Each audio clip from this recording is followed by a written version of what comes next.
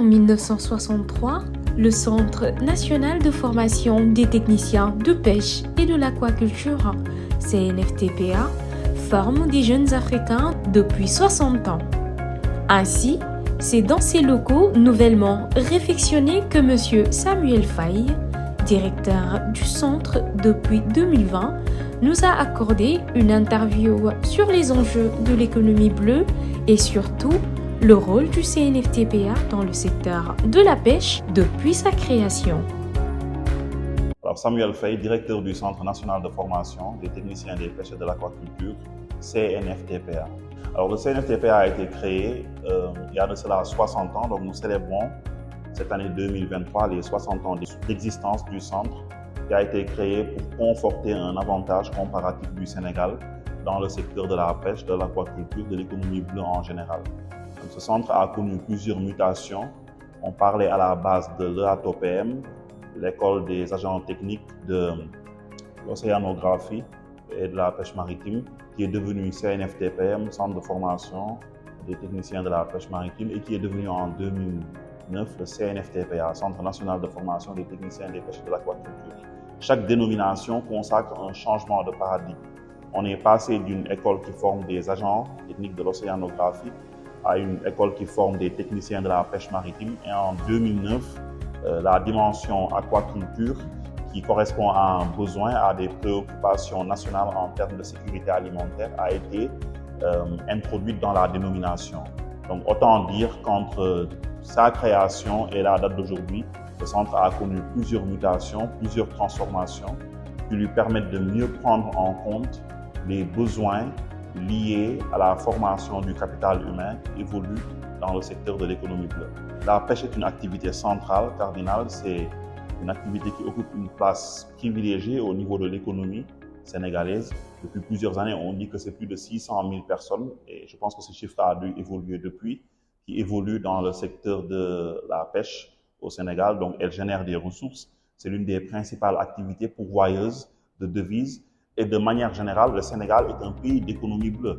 Parce qu'entre la pêche et les activités portuaires, n'oublions pas que le port autonome de Dakar est l'un des poumons économiques du Sénégal. La pêche, les activités portuaires, les activités liées au tourisme littoral, le pétrole et le gaz, autant d'activités qui concernent l'économie bleue, on peut dire que c'est le cœur de notre économie nationale. Et fort heureusement, cette économie bleue a fait l'objet d'une très forte promotion à travers des politiques publiques qui visent à non seulement renforcer le potentiel économique de ces différents secteurs rattachés à l'économie bleue, mais en y incluant une dimension durable. Parce que quand on parle d'économie bleue, on y intègre une dimension liée au développement durable, liée à la préservation, à la gestion optimale, efficace mais durable des ressources générées par les fleuves, lacs, surfaces d'eau en général, océans et autres. Alors, la performance d'un secteur dépend du capital humain qui évolue dans ce secteur. Aujourd'hui, si la pêche sénégalaise est performante, si la pêche parvient à générer des revenus, à générer de l'emploi, à générer des richesses, à consolider le citoyen en lui donnant des nutriments qui lui permettent de pouvoir évoluer, une grande partie des nutriments en tout cas, c'est parce que cette pêche est gérée par des femmes et des hommes compétents, performants, qui ont développé leur savoir-faire qui leur permet de pouvoir délivrer des services, qui leur permet de pouvoir faire évoluer ce secteur. Et l'essentiel de ces femmes et de ces hommes qui sont dans ce secteur ont été formés au niveau de ce centre.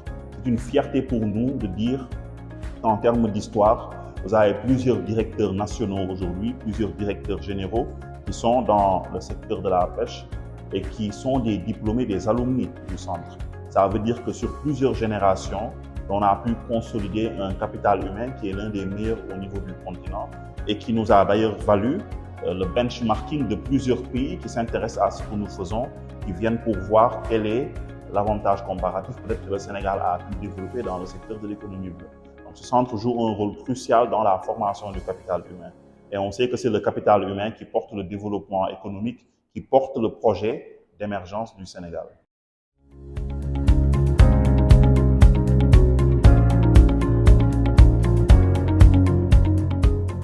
Alors, nos diplômés peuvent évoluer dans différents secteurs. Ils peuvent évoluer dans le secteur de la pêche, comme des agents techniques ou des techniciens supérieurs qui sont dans l'encadrement des activités menées par les acteurs de la pêche.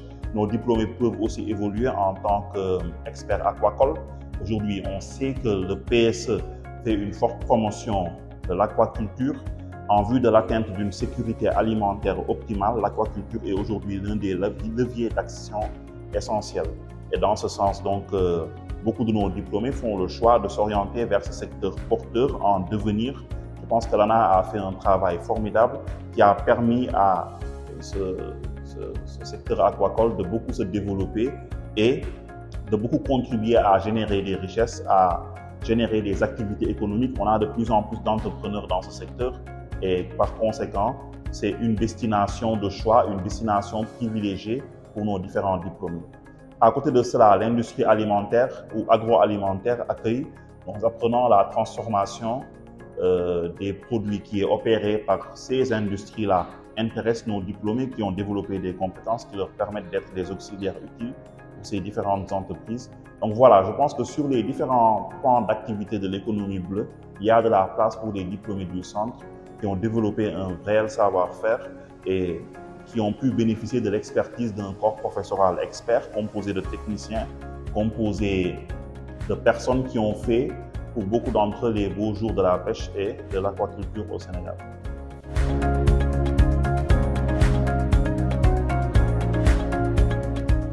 Je m'appelle Aliou Ndao, je suis le technicien des pêches et aquaculture, gestionnaire de la station piscicole du CNFTPA. On a une station piscicole, donc c'est pour l'expérimentation et des travaux pratiques dans le domaine de l'aquaculture pour les étudiants. Donc, comme ici on a des agents techniques et des techniciens supérieurs, donc agents techniques pour niveau BFM et techniciens supérieurs pour niveau bac. Donc, ils doivent faire la pratique en domaine aquaculture. Donc là, on a des bassins de grossissement, 3 bassins de grossissement de capacité 16 mètres cubes. On a aussi des bassins de pré-grossissement de capacité de 9 mètres cubes, 3 aussi. On a aussi une écloserie qui nous permet de faire des reproductions artificielles, naturelles, semi-artificielles. Et pratiquement, là, d'habitude, on a trois espèces.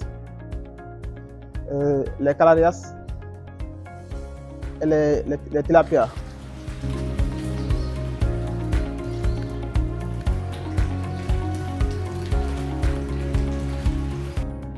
Alors, il y a eu plusieurs évolutions qui ont été notées, parfois avec l'appui de partenaires comme USAID, comme Winrock International. Parmi ces évolutions, il y a déjà une réforme intégrale des programmes, donc des curricula de formation. Nous avons adopté un nouveau référentiel de formation et un nouveau référentiel de compétences qui nous permet de renforcer la colonne vertébrale technique de la formation. Donc la formation a toujours été technique et le demeure, mais qui nous permet aussi d'inviter de nouveaux domaines de savoir, notamment le savoir managérial, le savoir entrepreneurial. Donc c'est autant de questions qui aujourd'hui sont développées à travers ces nouvelles maquettes, ces nouveaux programmes de formation. À côté de cela, le centre a adopté un nouveau plan stratégique Horizon 2026 et la vision, c'est que le CNFTPA soit l'école leader en Afrique francophone dans le domaine de la formation en pêche, aquaculture et économie bleue. Donc autant dire que nous voulons raffermir, renforcer le positionnement du Sénégal et en faire une destination de choix en matière de formation sur les problématiques liées à la pêche et à l'aquaculture. Nous avons eu ce positionnement de référence dans le passé parce que plusieurs pays nous envoyaient leurs jeunes se former au niveau du centre. C'est vrai que ces dernières années, on en a moins accueilli.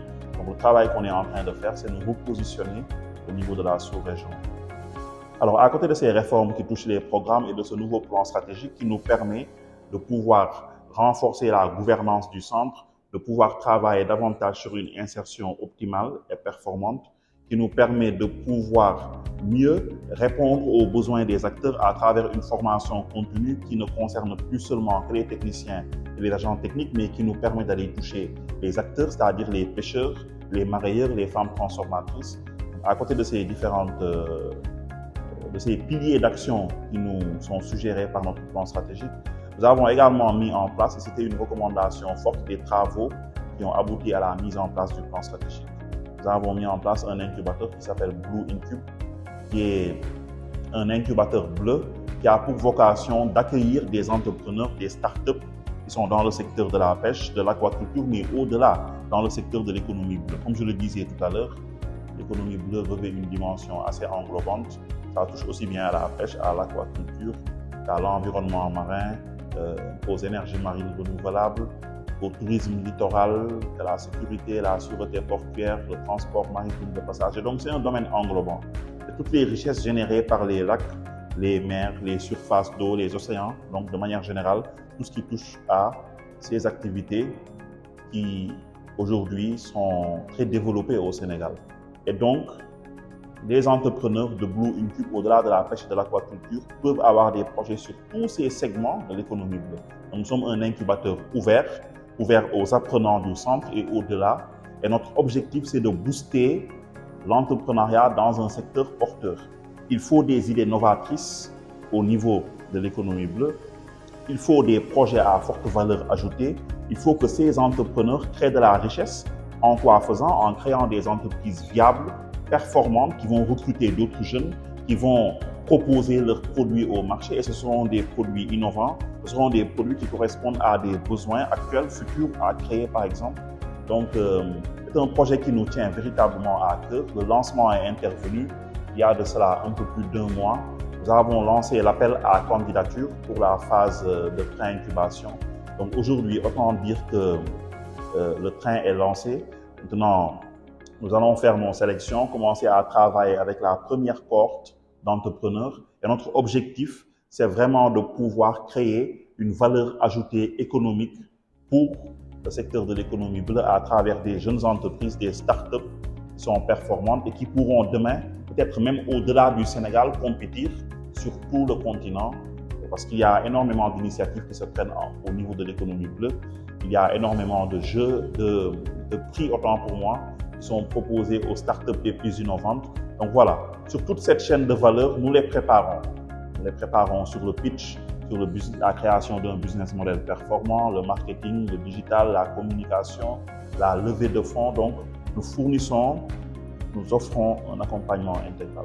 Alors aujourd'hui, au-delà des activités liées à l'exploitation du pétrole et du gaz, il faut savoir que les ressources marines ne sont pas inépuisables et que notre évolution démographique et d'autres facteurs ont pu générer une pression qui pèse sur les ressources halieutiques à certains moments de l'année. Et il faut savoir que l'aquaculture reste une alternative crédible, une alternative forte pour un État comme le Sénégal. Nous le disons régulièrement et c'est une réalité. Plus de 52%, par exemple, du poisson consommé à l'échelle mondiale est issu de l'aquaculture. Je pense qu'au Sénégal, les chiffres sont encore extrêmement faibles. Cela veut dire qu'il y a de la place pour une évolution, même exponentielle, de ce secteur aquacole. L'État du Sénégal l'a compris. C'est pour ça que de manière inédite, ces 4 dernières années, on a investi énormément dans le secteur aquacole. Moi, je rencontre des personnes qui, il y a 4 ans, vous disaient, 3 ans, vous disaient que l'aquaculture au Sénégal, ça bouge moyennement, mais qui vous disent, écoute, nous sommes aujourd'hui surpris par l'explosion que cette activité est en train de prendre, ce qui a d'ailleurs poussé, l'ANA a impulsé, sous le leadership du ministère des Pêches et de l'économie maritime, la mise en place d'un nouveau code de l'aquaculture qui organise, réglemente l'exercice de l'activité aquacole. Donc c'est dire que l'aquaculture aujourd'hui est une niche pour beaucoup de personnes qui veulent entreprendre. Il faut qu'elle se développe, il faut qu'elle s'industrialise et qu'elle génère des revenus pour l'économie sénégalaise et qu'elle puisse aussi capter la forte demande en emploi dans ce secteur. Un mot de remerciement, nous allons rentrer dans une phase de festivité, je dois dire, parce que quand on a 60 ans, il faut le fêter, il faut le célébrer, il faut aussi montrer un peu à tous ce qu'a été l'histoire du centre. Donc, je pense que dans les jours, les semaines à venir, des activités seront organisées dans ce sens. Et aussi féliciter votre chaîne.